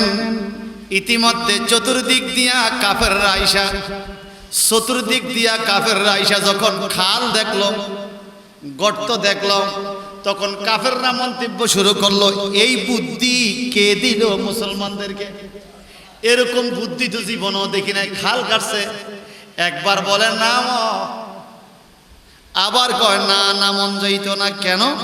আল্লাহ পাক বলেন, এই যে জাআকুম মিন ফাওকিকুম ওয়া মিন আসফালা মিনকুম, কে যখন কাফেররা তোমাদের বিরুদ্ধে উপর থেকে আসলো, নিচের থেকে আসলো, ডাইনে বাম থেকে আক্রমণ করবে বলে জড়ো হয়ে গেল, আল্লাহ বলে স্মরণ করো ওই সময়ের কথা। ইজজাতকুম জুনুদা, বিশাল বড় বাহিনী যখন তোমাদের কাছে চলে আসলো, ফারসালনা আলাইহিম রিহা, আমি বড় ধরনের তুফান ঘূর্ণিঝড় নাজিল করেছি। নেতা আবু সুফিয়ান, নেতাকে এই লোকজন লইয়া আইসা, উট লইয়া আইসা যখন দেখলো এখানে গর্ত, ভয়ে সামনে আগে না, তো গর্তের এই পাড়ে, খালের এই পাড়ে তাবু গাড়াইছে, মুসলমানদেরকে আটকে রাখবে যেন বাইর হইতে না। চতুর্দিক দিয়া তাবু, বড় বড় তাবু। তাফসিরে পাওয়া যায় 15 দিন পর্যন্ত তারা তাবু ছাইড়া যায় না, মুসলমানরা বাইর হইতে পারে না। কোন কোন তাফসীর আছে 24 দিন পর্যন্ত তারা অপেক্ষা করতেছে কেমনে মুসলমানদেরকে মদিনা থেকে বাইর করে যায়। আমার আল্লাহ পাক বলেন ওয়াজনুদাল্লাম তারাওহা, আমি তুফানও দিছি, আবার রহমতের ফেরেশতাও আসমান থেকে মুসলমানদের পক্ষে পাঠাইয়া দিছি। এতে কি হইল, কি ঘটনা ঘইটা গেল? প্রচন্ড বায়ু প্রবাহিত হইতেছিল, বায়ু ছিল এত ঠান্ডা, কাফেররা ঠান্ডায় বরফ হয়ে যাইতেছে। আল্লাহ কয় যারা মারগুম আতে তারা মারগুম বরফ হয়ে যাচ্ছে। আরো মজার বিষয় হইল মদিনা চতুর্দিকে এরকম তুফান ঝড় ঘূর্ণি, কিন্তু মদিনা শহরে কোনো বাতাস তুফান নাই। কোনো বাতাস তুফান করছে কি? যেমন 10ম হিজরিতে ফতে মক্কা, মক্কা বিজয়ের সময় সাহাবায়ে কেরাম 10,000 সাহাবী চতুর্দিকে সাহাবীরা আসতেছে মক্কা বিজয়ের সময়। তো কাফেররা চিন্তা করছে আমরা যুদ্ধ করব, বাধা দিব, মুসলমান যেন মক্কায় ঢুকতে না পারে। তা আমার নবীজি একটা দুইটা বুদ্ধি দিছে। কয়টা? প্রথম বলছে এই শোনো, তোমরা যখন দেখবা কাফেররা তোমরে দেখতে আইছে, তোমরা কয়জন? সবাই গাছের ডাল ভাঙ্গিয়া মেসওয়াক করবা। সুবহানাল্লাহ। কি করবা? মেসওয়াক করা সুন্নাত। এখন কেন মেসওয়াক করবে নবী? তোমরা মেসওয়াক করো। কাফেররা অনেক সময় ওই গুপ্তচর পাঠাইয়া অবস্থা দেখে মুসলমান কজন আইছে, কি অবস্থা, এরকম যদি দেখো মেসওয়াক করবা। যখন গুপ্তচর আসছে সাহাবায়ে কেরাম বুঝলো, সব গাছের ডাল ভাঙ্গিয়া মেসওয়াক শুরু করলো। এখন কাফেররা যায় খবর কইছে নেতা করে, এ আবু সুফিয়ান মুসলমানদের লগে লাইগো না। কয় কি? কয় দেখছি গাছের ডাল দি সব সাবায় খাইলেতেছে। সুবহানাল্লাহ। আসলে কি গাছের ডাল সাবায়া খায় না মেসওয়াক করে? এই ছিল একটা হিকমত, কৌশল। এইবার নবীজি আমার ঘোষণা দিলেন, হে সাহাবীরা তোমরা যত সৈন্য যতজন, তার চাইতে এক একজনের 3টা 4টা করে চুলা বানাও। মদিনা চতুর্দিক দিয়া মুসলমান আসছে মক্কা শরীফের, মক্কা শরীফ মুসলমানরা দখল করবে, কাবা শরীফ ক্ষমতা আনবে, স্বাধীন করবে। তো বুদ্ধি শিখিয়ে দিছে নবীজি, এক একজন সাহাবী 3টা 4টা করে চুলা বানাইবা, রান্দার চুলা। এখন সাহাবীরা কয় হুজুর মানুষ একজন, চুলা 3টা, তো মানুষ যদি আমরা 10,000 ওই চুলা কত হাজার? 30,000 চুলা। কয় বানাও, এটা পরে যা বুঝার পরে বুঝবো, আগে বানাও। এখন সাহাবীরা চতুর্দিকে হাজার হাজার চুলা। আবু সুফিয়ান নেতা তো লোক পাঠাইছে, দেখো তো কি অবস্থা কি। আমার নবীজি বললেন চুলা বানাইবা বেশি, লেট্রিন বানাইবা কম, টয়লেট বানাইবা কম, চুলা বানাইবা বেশি। এখন এরা আইসা দেখে ওই মানুষ বেশি, টয়লেট কম, তো লাইন ধরন লাগে না নি? কয় আবু সুফিয়ান যা মানুষ দেখলাম টয়লেটের লাইন রে, মুসলমান লাগে পারতি না, ওই যে টয়লেট কম মানুষ। এইবার বলে চুলা দেখা করে বাপরে 30,000 চুলা। কয় একটা চুলা যদি 10-20 জন খানার রান্দা রান্ধে, 30,000 চুলা, কত লাখ মানুষ। এটা শূন্য আবু সুফিয়ান ডরে ফলাইতে গেছে। এই কাফেররা ফলাইতে আর কি যুদ্ধ ফলায়, তখন মুসলমানরা দইরা সুফিয়ানকে বন্দি করছে। আবু সুফিয়ান সেদিন মুসলমান হয়ে গেছে। এটা ছিল মুসলমানদের যুদ্ধের কৌশল। মেসওয়াক করে, গাছ বেলে খায়। এরপরে চুলা কম, চুলা বেশি, টয়লেট কম, মানে একটা গ্যাদারিং দেখাইলে এদের মনের মধ্যে কি আসবে? ভয় আসবে। মনে রাখবেন, আপনি যার সাথে লাগবেন তাকে যদি আপনি ভয় লাগাইতে পারেন, সে আপনার ভয়েই অর্ধেক দুর্বল হয়ে যাবে। জোরে জোরে বলুন না সুবহানাল্লাহ। আরো জোরে বলুন আল্লাহু আকবার। এইবার আমার বন্ধুরা, আল্লাহর নবী মুহাম্মদুর রাসূলুল্লাহ সাল্লাল্লাহু আলাইহি ওয়াসাল্লাম খন্দকের যুদ্ধে যখন এই কৌশল দিলেন, সাহাবায়ে কেরাম চতুর্দিকে আর কাফেররা চতুর্দিক দিয়া বাউন্ডারি দিয়ে মুসলমানদেরকে আটকে রাখে। আমার আল্লাহ পাক বলেন, আমি তুফান দিয়েছি ঠান্ডা। এমন টাইমে আমার নবীজির একজন সাহাবী হযরতে হুযায়ফা ইবনে ইয়ামামানকে সংবাদ সংগ্রহের জন্য নবীজি পাঠাইলেন, হুযায়ফারে যাও দেখো তো কাফেরদের কি অবস্থা, তুমি এই ঘন্টা ঘান্টি দিয়া ছদ্মবেশে যাইও, এরা যেন বুঝতে না পারে তুমি যে মুসলমান। দেখে আইবা তাগো অবস্থাটা কি। সুবহানাল্লাহ। যাইয়া দে ঠান্ডা সব কাবু। উনি ফিরে আসছে দৌড়াইয়া, নবী গো যেই ঠান্ডা খালের এই পারে ঠান্ডা নাই, ওই পারে ঠান্ডা। নবীজি সইতে পারি না ঠান্ডা, আমি কেমনে যাইতাম বলে, দিকে আসো। আমার নবী হুযায়ফা রাদিয়াল্লাহু তাআলার চেহারার উপরে এই ব্যাগে একটা মোছা দিয়া দিল। নবীজির হাতের মোছায় ওনার গায়ে আর ঠান্ডা লাগে না। বলে আম্মু দেশের কোন ইমাম সাহেব শীতকালের দিন মোছা দিলে ঠান্ডা কমবনি, ঠান্ডা আরো বাড়বো। সুতরাং আমাদের ইমামের হাত আর নবীজির হাত এক না। হুযায়ফা কা হুজুর এখন তো ঠান্ডা লাগে না, ঠিক আছে যাও। এইবার নবীজির ওই সাহাবী হযরত হুযায়ফা রাদিয়াল্লাহু তাআলা ওখানে চলে গেলেন ছদ্মবেশে। যাইয়া দেখতে ঠান্ডা সব কাবু, এক একটা তুফান আসে। তুফানের আঘাতে তাদের যে পাথরের সাথে তাবুর রশি বাঁধছে, রশি ছিঁড়া পাথর উড়াইসা তাদের গায়ে পড়ে। এক একটা ঘোড়া আর এক একটা উটনিকে কে জানি এত জোরে আছাড় মারে, উট যাইয়া পাহাড়ের মধ্যে আঘাত খেয়ে মারা যায়। অনেক বড় হাতি তুফানে উড়াইয়া নিয়ে হাতি পাহাড়ের মধ্যে আছাড় দেয়। এত জোরে আল্লাহ পাক তুফান দিছে কাফেরদেরকে ধ্বংস করার জন্য। আল্লাহ এই কথাই বলে খন্দকের যুদ্ধে, ওয়াজকুরু নিয়ামাতাল্লাহি আলাইকুম। নবী আপনার উম্মতকে বলেন আল্লাহর নেয়ামতকে স্মরণ করতে, আমি কিভাবে মুসলমানদেরকে সহযোগিতা করছি। এত আঘাত খাইতে খাইতে এরা কাহিল, কিন্তু যায় না। এরা মদিনা দখল করবেই, এরা যায় না। অনেক সৈন্য মরে গেল, এদের প্রাণীগুলো মরে গেল, তাবু উড়ে গেল, তবুও যাইতে চায় না।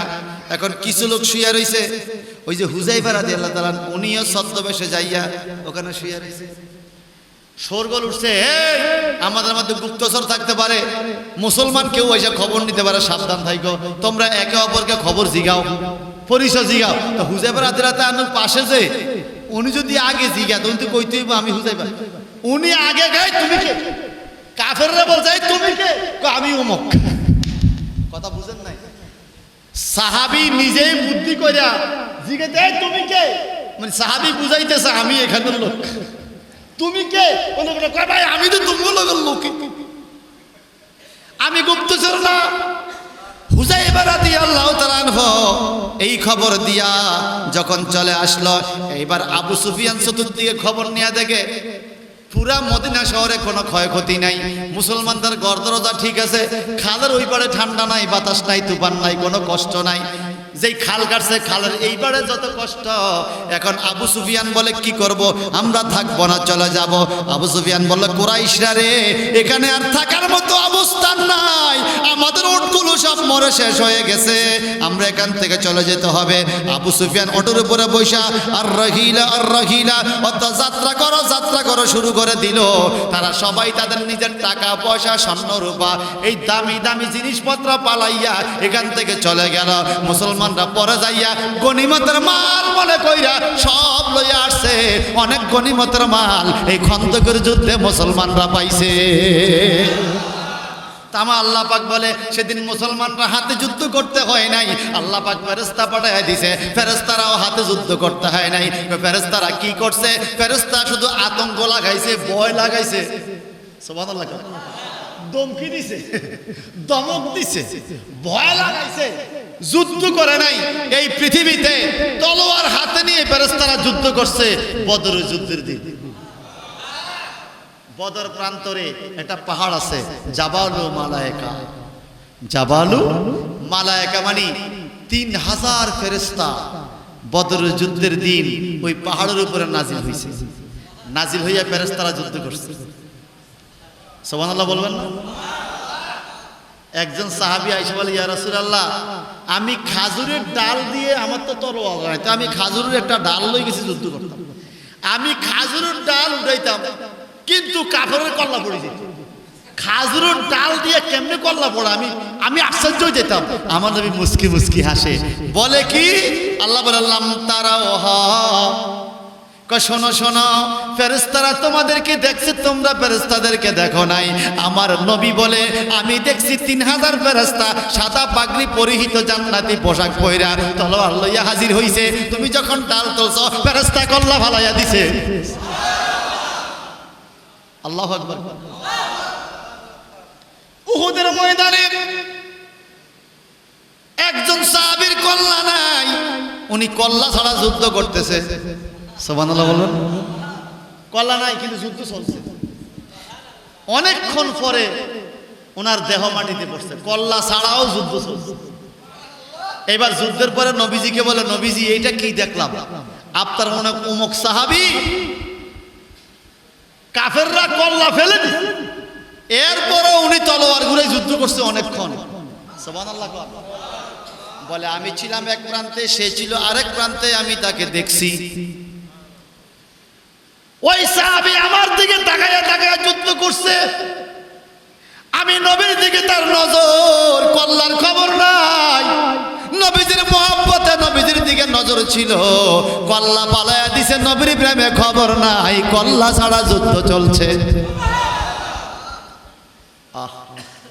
নবীজির দিকে সাহাবায়ে কেরাম তাকায়া থাকে। হযরত আলী রাদিয়াল্লাহু তাআলা আনহুকে জিজ্ঞাসা করে, আলী, আমি একটা পরীক্ষা নিব আজকে, তোমার আর আবু বকর সিদ্দিকের। বলে, বলেন। বলে, বলেন। হযরত আলীকে বলে, তোমার কাছে সবচেয়ে ভালো লাগে কোন ইবাদতটা? হযরত আলী রাদিয়াল্লাহু আনহু বলে, ইয়া রাসূলুল্লাহ, সব ইবাদতই আমার কাছে ভালো লাগে, তবে বেশি ভালো লাগে শীতের দিনে ঠান্ডা পানি দিয়ে চেহারা ধুইয়া যে ওযু করি, ওই টাইমে নামাজটা পড়তে বেশি ভালো লাগে। শীতের দিনে ঠান্ডা পানি দিয়ে ওযু করতে আমার বেশি ভালো লাগে। মদিনার যুবক হযরত আলী এই কথা বলে, আর আমার দেশের যুবক শীতকালে মোড়ে পানি ধরে কথা কয় না। সাইয়েদনা আবু বকর সিদ্দিক রাদিয়াল্লাহু আনহুকে জিজ্ঞাসা করল, আবু বকর, তোমার কাছে কি ভালো লাগে? কারণ নবীজি গো, আপনি যত আমল দিয়েছেন, নামাজ, রোজা, হজ, যাকাত সবই তো উত্তম, ভালো লাগে, তবে বেশি একটা ইবাদত আমার সবচেয়ে ভালো লাগে কোনটা? বলে, আমার কাছে সবচেয়ে ভালো লাগে গো নবী, আপনার চেহারা মোবারকের দিকে তাকাইয়া থাকতে। আমি যখন আপনার দরবার আসি, আপনার দিকে তাকাই থাকি, এর চাইতে সুন্দর দৃশ্য আমার কাছে আর নাই। আমার কাছে এর থেকে সুন্দর আর কিছু ভালো লাগে না। এই জন্য আমার নবী বলেন, আবু বকর, তুমি আমার, আবু বকর, তুমি আমার দুনিয়ারও বন্ধু, বেহেশতেরও বন্ধু। ভাইরে, নামাজ তো সব সাহাবী পড়ছে, পড়ে নাই? কিন্তু আমার নবী আবু বকর সিদ্দিককে বেহেশতের বন্ধু বানাইছে কেন? উনি আলাদা কিছু করছে, কথা কয় না। আলাদা কি করছে? নবীর প্রতি প্রেম ভালোবাসা বেশি ছিল, মহব্বত বেশি ছিল। নামাজ তো উনিও 5 ওয়াক্ত পড়ছে, অন্যরাও 5 ওয়াক্ত পড়ছে। এখন আমাদের দেশে তো নামাজ 5 ওয়াক্ত অনেকেই পড়ে, এরপরও কিছু কিছু বান্দা কেন আল্লাহর উপরে এত কবুল হয়ে যায়, আল্লাহ কবুল করে, কারো দোয়া কেন কবুল হয়ে যায়? কারণ 5 ওয়াক্ত নামাজের পরে এই বান্দায় অতিরিক্ত বেশি নফল ইবাদত, নফল ইবাদতের দ্বারা আল্লাহ খুশি হয়ে যায়। এটা মহব্বতে লা ইলাহা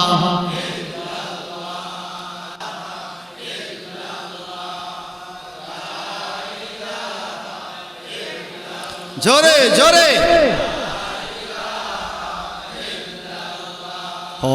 লা ইলাহা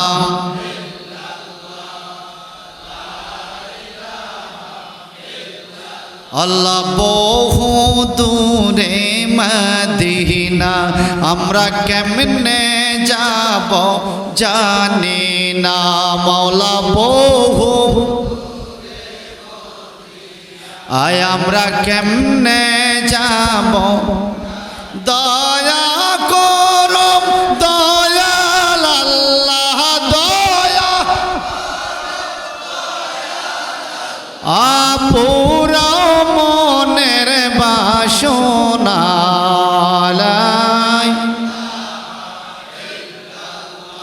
ওলা লা ইলাহা ইল্লাল্লাহ মুহাম্মাদুর রাসূলুল্লাহ সাল্লাল্লাহু আলাইহি ওয়াসাল্লাম। আল্লাহ পাক বলেন ওয়া তাযুন্নুনা বিল্লাহি যুন্নুনা, হে জগতের মানুষ তোমরা ধারণা করেছিলা মদিনা কেমনে রক্ষা করবে, তোমরা কি যুদ্ধ করতে হইছে? একটু খেয়াল করে দেখো, আমার নবীজি খাল খনন করে দিছে, তোমরা নবীজির মহব্বতে কাজ করছো। আমি আল্লাহ বিনা যুদ্ধে মদিনা রক্ষা করেছি আর কাফেরদেরকে ধ্বংস করে দিয়েছি। হুনালিকা বিতুলিয়াল মুমিনুন আল মুমিনুনা ওয়া যুলজিলু জিলজালান শাদীদা। আল্লাহ পাক বলে সেটা ছিল মুসলমানদের জন্য কঠিন পরীক্ষা। কি কত ধৈর্য দিলে 24 দিন পর্যন্ত কোন মুসলমান মদিনার খালের এই পাড়েতে ওই পাড়ে কত ধৈর্য নবীজির হুকুম পালন করছে। সুবহানাল্লাহ বলেন, এটা ছিল ধৈর্য। কেন? ওয়াজুলজিলু জিলজালান শাদীদা, ভীষণ ভাবে তোমাদের অন্তরকে নাড়া দিয়েছে এই প্রেম এই ভালোবাসায় যে নবীর সাথে থাকলেই তোমরা বিজয়ী হইবা। কার সাথে? নবীজির সাথে থাকলেই তোমরা বিজয়ী হইবা, নবীজির সাথে গেলেই তোমরা জিতে যাইবা। একটু মহব্বতে কন্যা মারহাবা। আমার আল্লাহ পাক বলেন লাকাদ কানা লাকুম ফি রাসূলিল্লাহি উসওয়াতুন হাসানা লিমান কানা ইয়ারজুল্লাহ ওয়াল ইয়াউমাল আখিরা ওয়া যাকারাল্লাহ কাসীরা।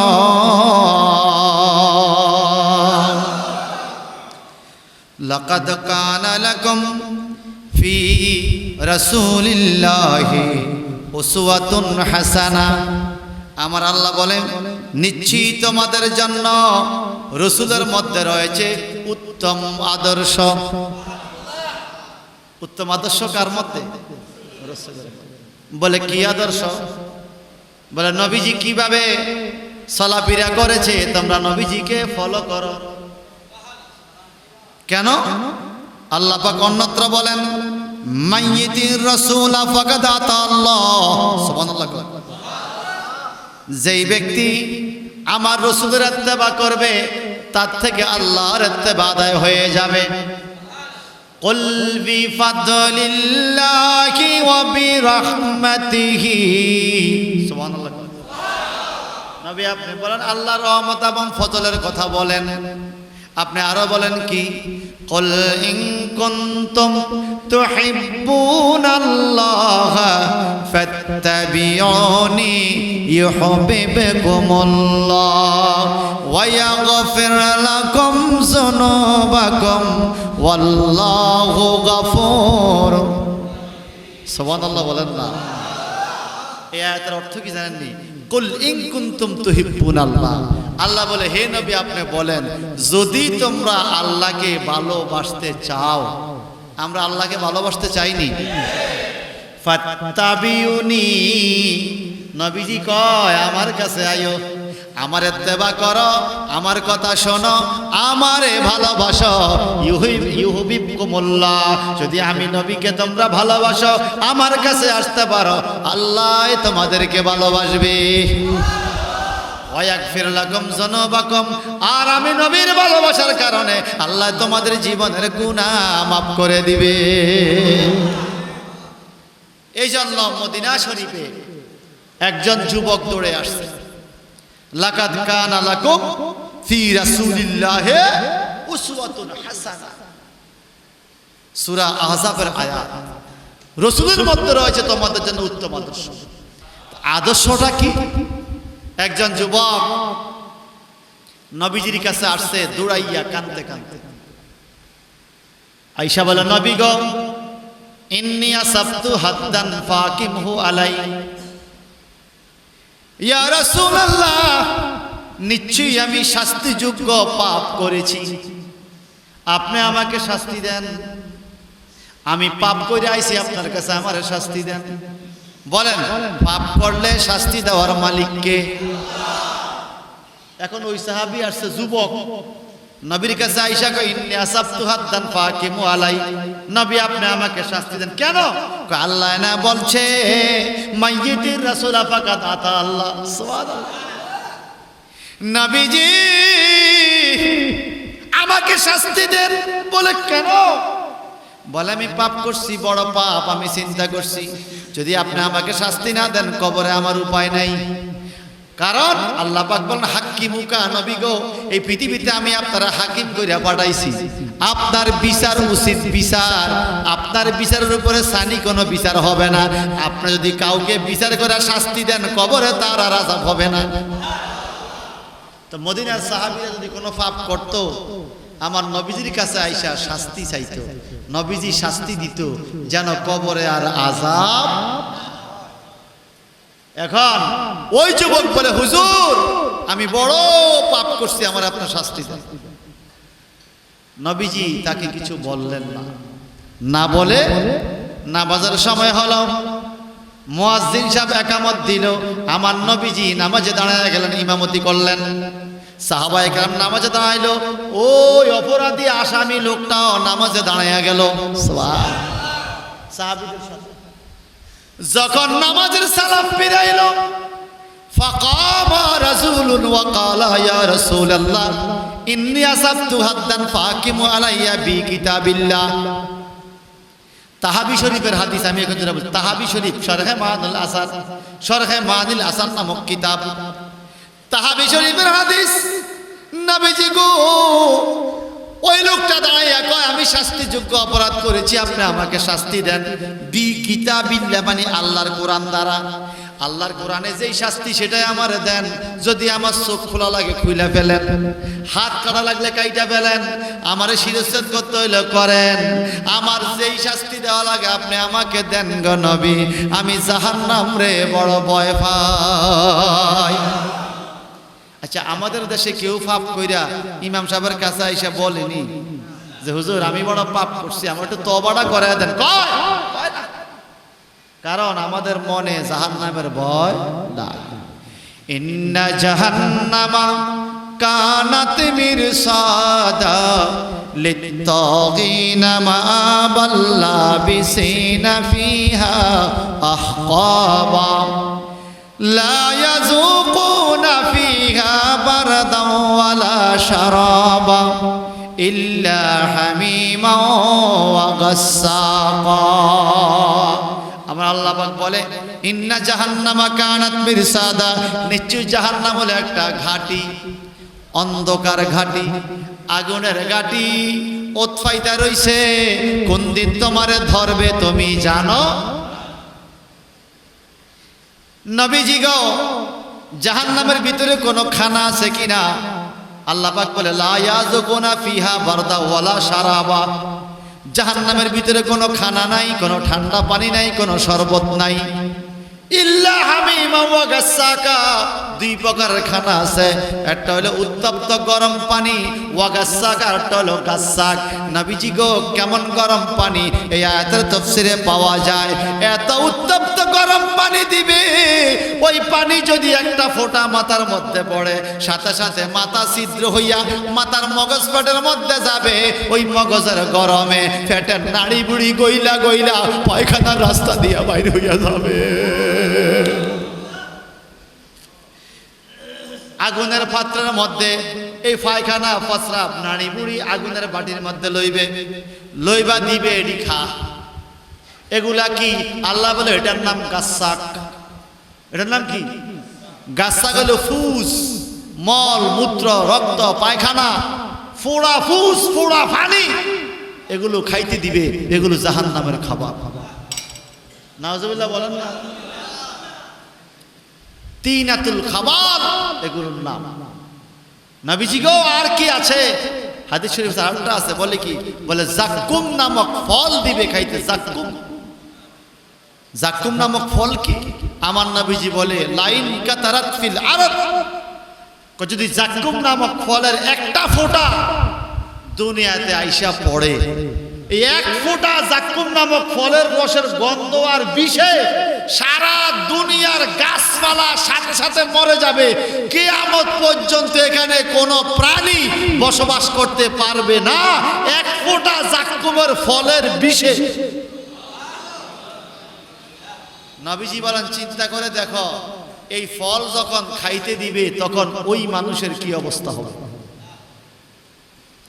আল্লাহুম্মা ইন্নী আউযু বিকা, আল্লাহুম্মা ইন্নী আউযু বিকা।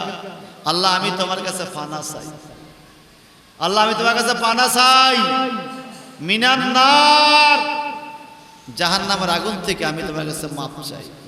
আল্লাহুম্মা আজিরনা মিনান নার, আল্লাহুম্মা আজিরনা মিনান নার। আসরের পরে এই দোয়াটা বেশি পড়বেন, আল্লাহ জাহান্নামের আগুন থেকে তুমি আমার মুক্তি দাও। যেই কঠিন শাস্তি আল্লাহ একটা মুহূর্ত সইতে পারবো না, একটা মুহূর্ত সইতে পারবো না। বেহেশতি মানুষ, বেহেশতি মানুষ উসমান নুরাইন রাদিয়াল্লাহু তাআলা জান্নাতুল বাকি কবরস্থানে যাইয়া চোখের পানি ছাইরা কাঁদে, কাঁদতে কাঁদতে কাঁদতে কাঁদতে দাঁড়ি বাইয়া বাইয়া মাটিতে পড়ে পানি। সাহাবায়ে কেরাম বলে নবীর সাহাবী উসমান বিন নুরাইন আপনারা জান্নাতি। আমার নবী বলছে আবু বকর জান্নাতি, ওমর জান্নাতি, উসমান জান্নাতি, আলী জান্নাতি। আবু বকর জান্নাতি, ওমর জান্নাতি, উসমান জান্নাতি, আলী জান্নাতি। এভাবে 10 জন সাহাবীকে নবী জান্নাতি বলে দিছে। সেখানে উসমান বিন নুরাইন জান্নাতি। নবীজির দুই কলিজার টুকরা মেয়েকে বিয়ে কইরা উসমান বিন নুরাইন হইছেন। আপনি কান্দেন কেন কবরের পাড়ে? আপনি কি জান্নাত দেখছেন না জাহান্নাম দেখছেন, নাকি কবরের ডরে কান্দেন? উসমান বিন নুরাইন রাদিয়াল্লাহু তাআলা চোখের পানি ঝাইরা কান্দে আর বলে, এরে মদিনার সাহাবীরা, আমি জান্নাত দেখে কান্দি না, আমি জাহান্নামের ভয়ও কান্দি না, আমি কান্দি কবরের অবস্থা দেখে। এই কবর মাটির ঘর তো এমন একটা জায়গা রে, ওখানে গেলে বিবি স্বামীর পর হইয়া যায়, স্বামী বিবির পর হইয়া যায়, মা বাবা সন্তানের পর হইয়া যায়। এই গর্তের ভিতরে মানুষ কেমনে থাকবে? এটা দেখে আমি উসমানের কান্না চলে আসে। আল্লাহু আকবার বলেন। আর আমার দেশের মানুষ কবরের পাশে বসি কাঠ খেলে, কবরের পাড়ে ওয়ালে বসে বিড়ি খায়, কবরের ফাঁকের মধ্যে বসে মোবাইল দেখে। এরকম জাহিল আছে কিনা বলে?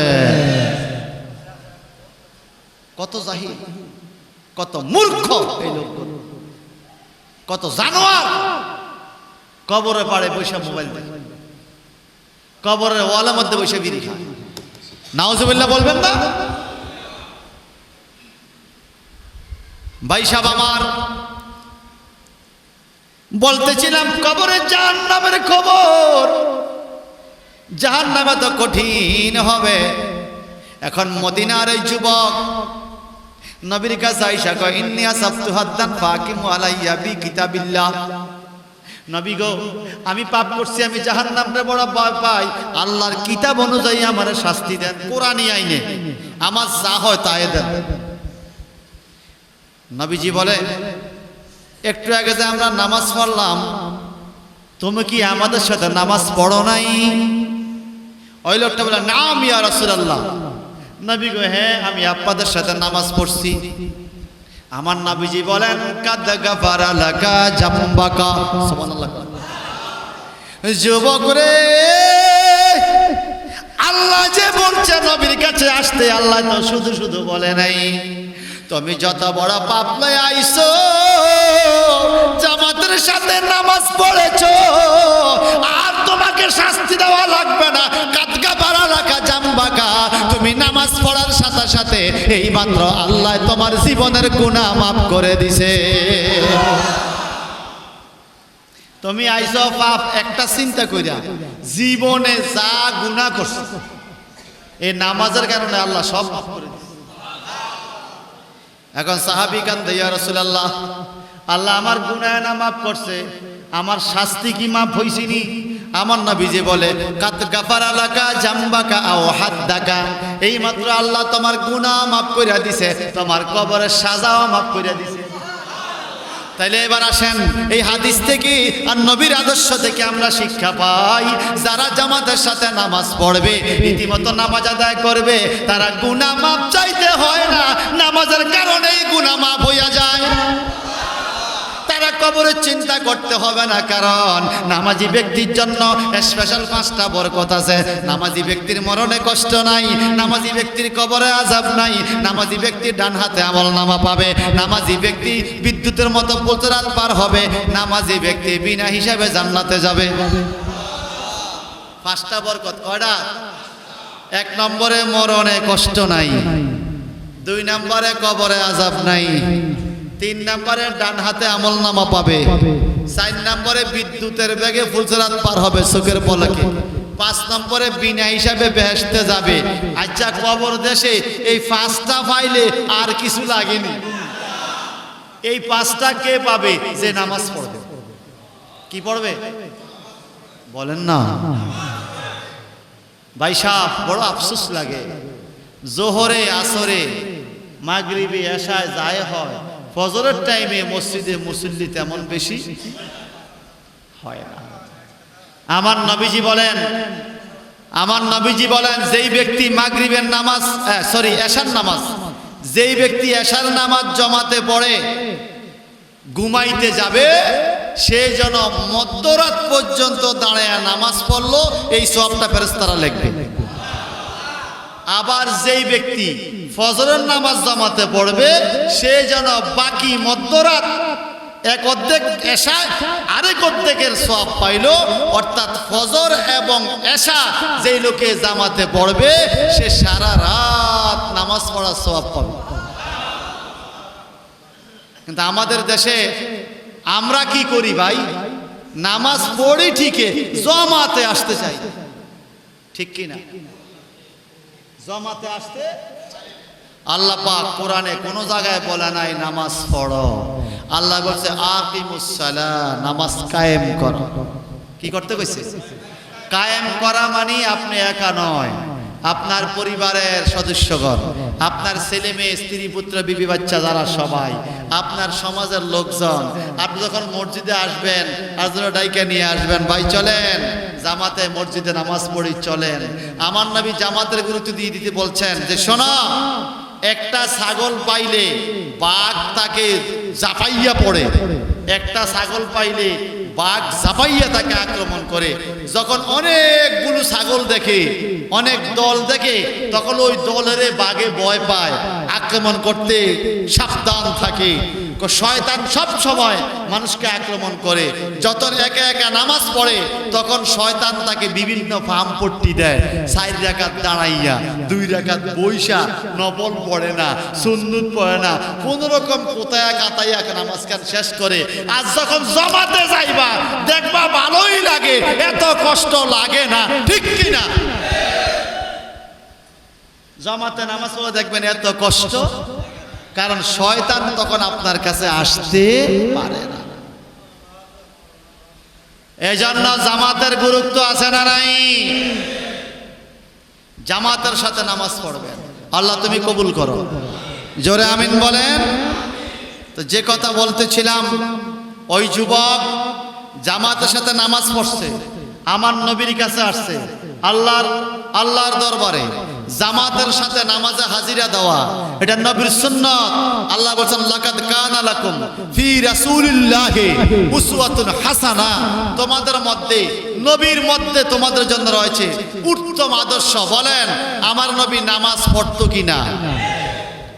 ফজর, জোহর, আসর, মাগরিব, এশা, ভিতির এগুলোর পরেও আওয়াবিন নামাজ পড়তেন, ইশরাকের নামাজ পড়তেন, সালাতুত তাসবিহ নামাজ পড়তেন, সালাতুত দুহা নামাজ পড়তেন, তাহাজ্জুদের নামাজ পড়তেন, অতিরিক্ত নফল নামাজ পড়তেন, সালাতুল খাউফ পড়তেন, সালাতুল ইস্তিসকা বৃষ্টির প্রার্থনার নামাজ পড়তেন, চন্দ্রগ্রহণের নামাজ পড়তেন, সূর্য গ্রহণের নামাজ পড়তেন। জোরে জোরে বলুন না সুবহানাল্লাহ। আবার সাহাবায়ে কেরাম আয়েশা বলতো, হুজুর আমার একটা জিনিস হারিয়ে গেছে, আমি খুঁজে পাই না। বলো তুমি নামাজ পড়ো। নামাজ 2 রাকাত পড়ছে, মনে পড়ে গেছে কোন জিনিস কোথায় রাখছি, এটা মনে হয়ে গেছে। হারানো জিনিস পাওয়ার মাধ্যম নামাজ। সুবহানাল্লাহ বলবেন। রিজিক বাড়ায়া দেওয়ার মাধ্যম নামাজ, সুস্থ শরীরকে সুস্থ রাখার মাধ্যম নামাজ, বডিকে মজবুত রাখার মাধ্যম নামাজ। সুবহানাল্লাহ বলেন। আল্লাহ পাক যেন আমাদেরকে নবীজির আদর্শ ধরে রেখে সমাজে নারী পুরুষ ছোট বড় সকলে 5 ওয়াক্ত নামাজ সঠিকভাবে পড়ার তৌফিক দান করে। জোরে বলুন আমিন।